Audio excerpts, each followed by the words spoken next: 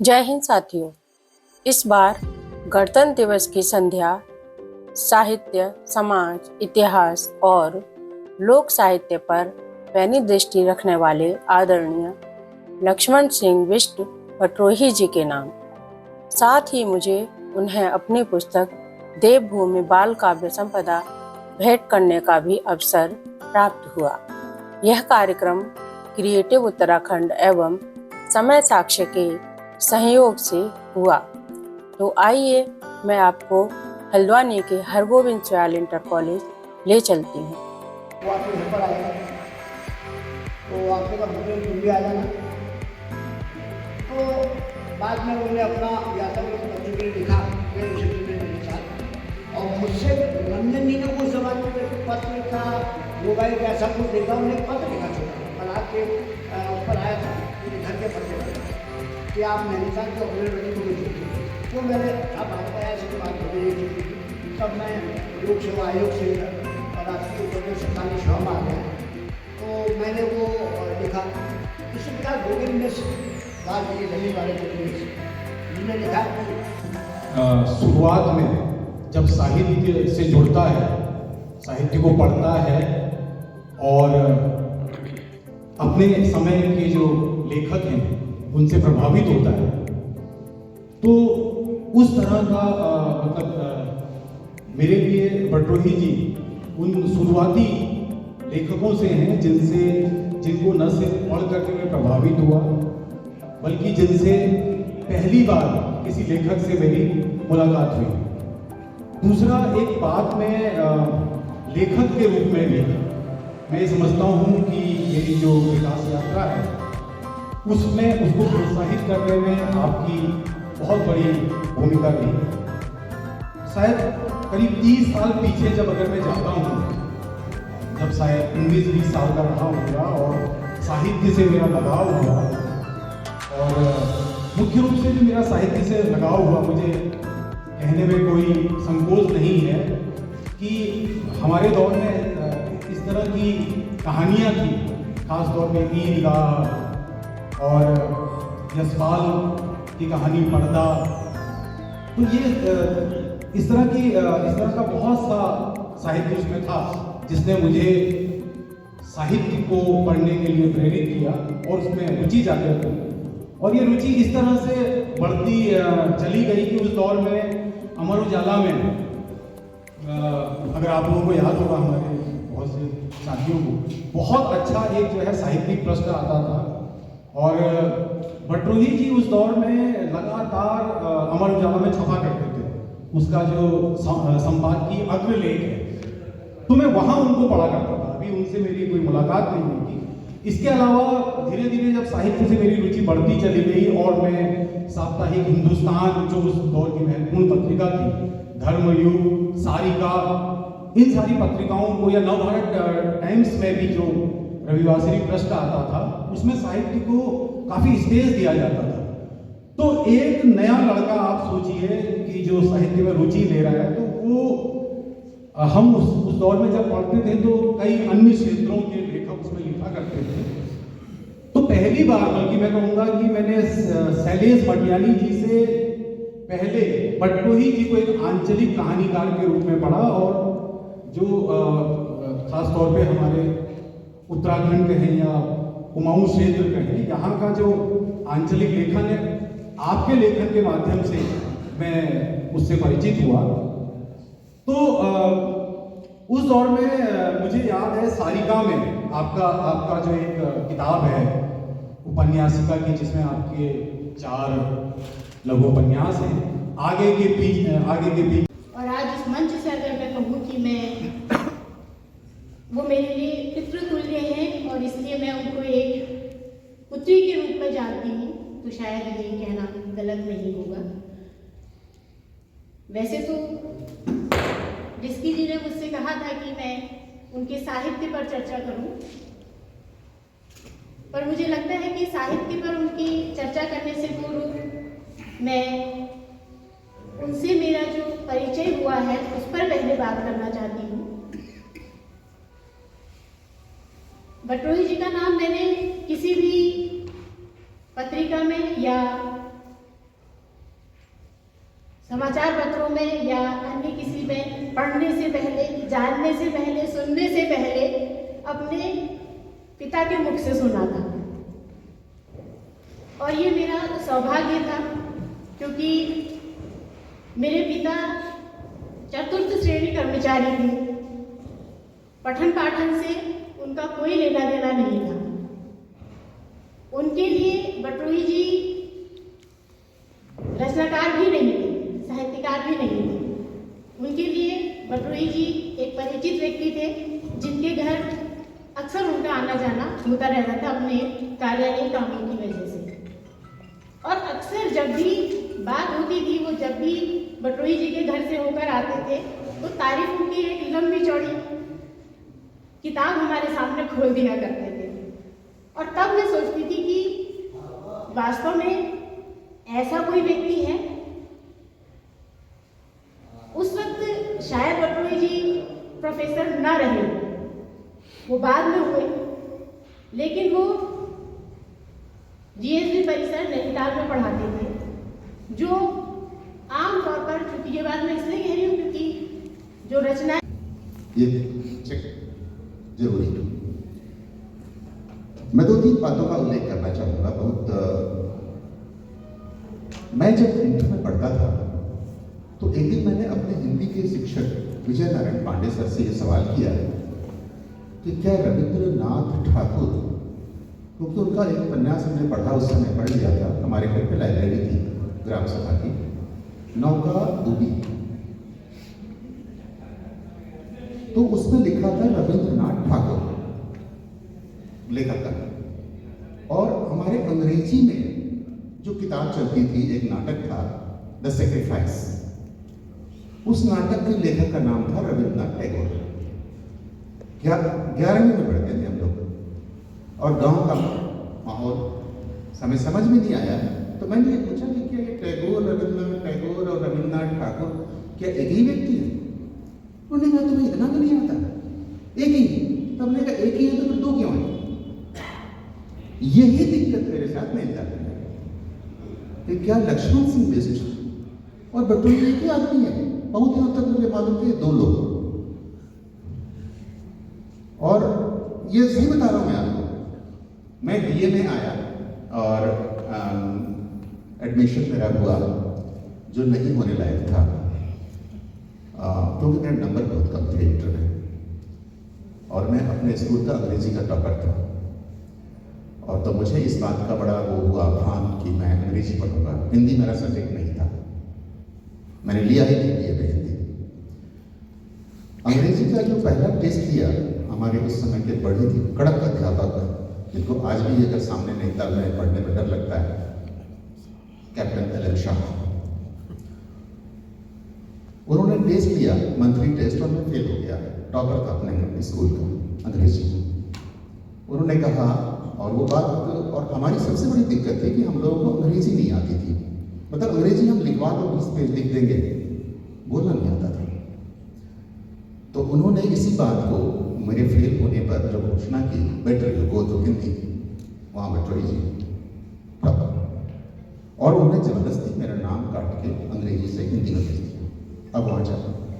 मुझे याद है एक मैडम ने कहा था कि नहीं ये कर लेगा, वो थी अनिल बिष्ट मैडम। मैं अपने सारे उन टीचर्स को बटोही जी के साथ एक समुच्चय था, मतलब ऐसा मैं केवल ये नहीं कह रहा। बिष्ट मैडम ने कहा लेकिन कैप्टन साहब को नहीं मानना था तो नहीं मानना था, वो आज भी शायद वैसे ही होंगे कड़क। तो मैं हिंदी में चला गया और बटोही सर हमारी क्लास को, मैं सेक्शन सी में था, ABC 3 सेक्शन होते थे और CLT में मुझे याद है मानस रोधक खंड जैसी का पढ़ाते थे, कविता वाला हिस्सा, मतलब उस कविता में उस किताब में जितनी भी थी। उससे पहले एक चीज़, वो शायद एक अध्यापक के रूप में जो यंग अध्यापक हैं उनके लिए काम की चीज़ होगी।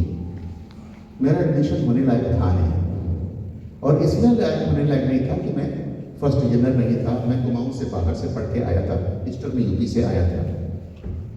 तो अंततः मुझे दूसरे में प्रोफेसर सत्येंद्र त्रिपाठी डीन थे आर्ट्स के, उनके चैम्बर में इंटरव्यू होते थे एडमिशन के लिए। उस समय पूछा गया कि तुम गाजीपुर से आए हो, तुम क्या वहाँ के 3 लेखकों के नाम बता सकते हैं? मैंने बताया विवेकी राय,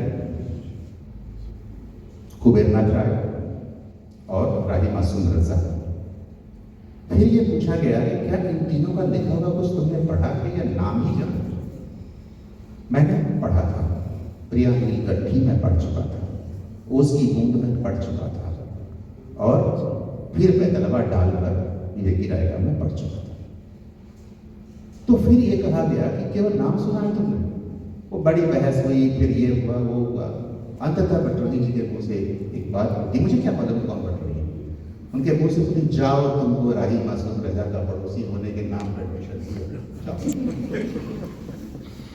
तो मैं केवल इस बात का जिक्र इसलिए कर रहा हूं कि अगर आप पढ़ते लिखते हैं तो कभी कभी कहीं न कहीं वो काम आता है। Of the record, on the record भी वो मेरी क्वालिफिकेशन नहीं थी, लेकिन मुझे लगा कि मेरी जो डिग्रियां हैं हाई स्कूल और इंटर की ना, उससे ज़्यादा वो काम आया कि मैंने कुछ कोर्स के अलावा भी पढ़ा था। वही चीज़ आजकल मैं अपने विद्यार्थियों को देखता हूँ कम होती जा रही है।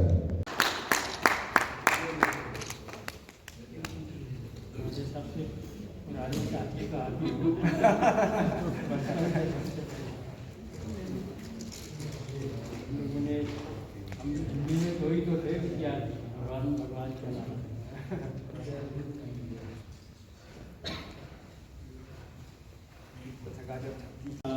दो ही लड़के थे, एक पांडे की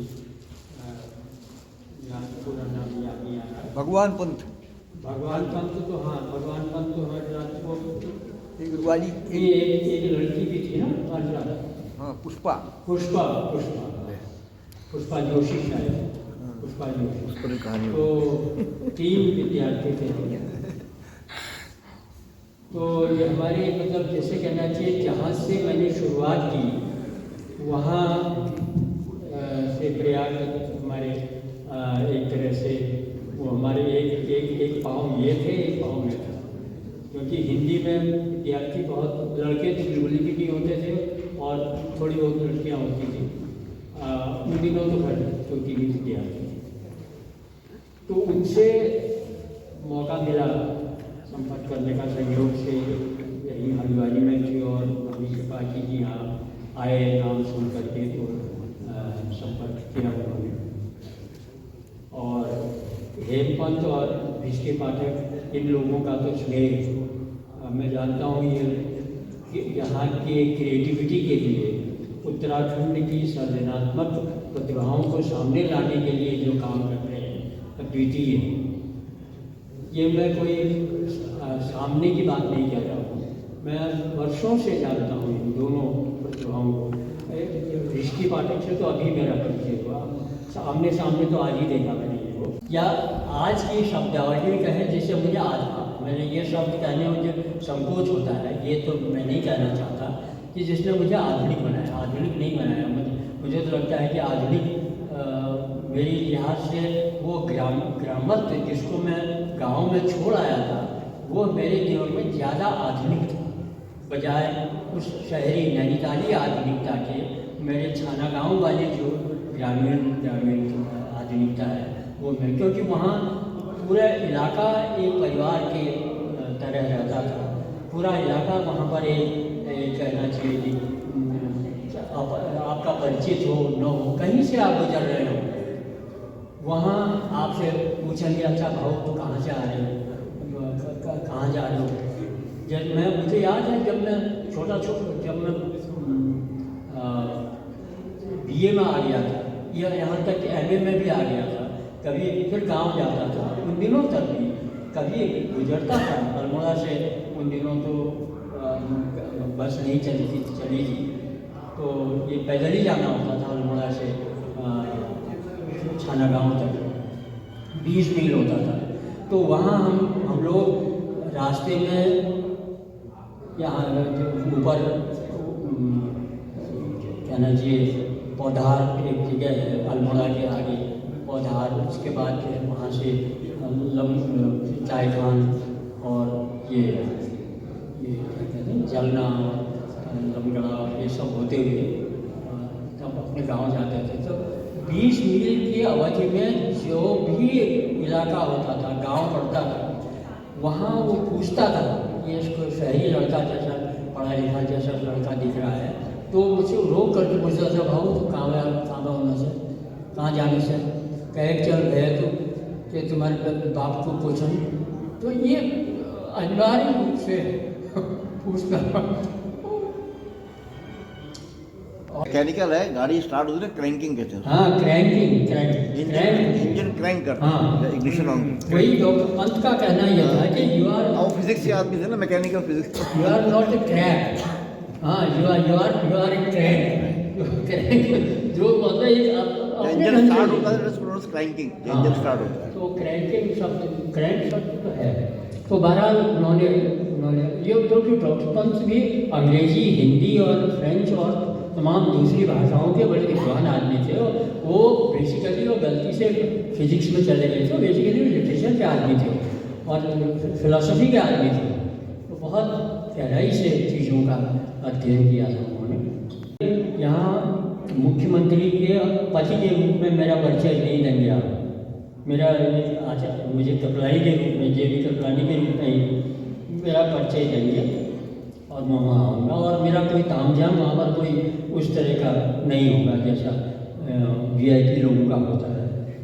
तो वैसे ही हुआ, वहाँ आए, आने के बाद उन्होंने भाषण दिया और कहा कि मैं ऐसे डायस में नहीं बैठूँगा, यहाँ कुर्सी में नहीं बैठूँगा, सब विद्यार्थियों के साथ ही नीचे ही बैठूँगा।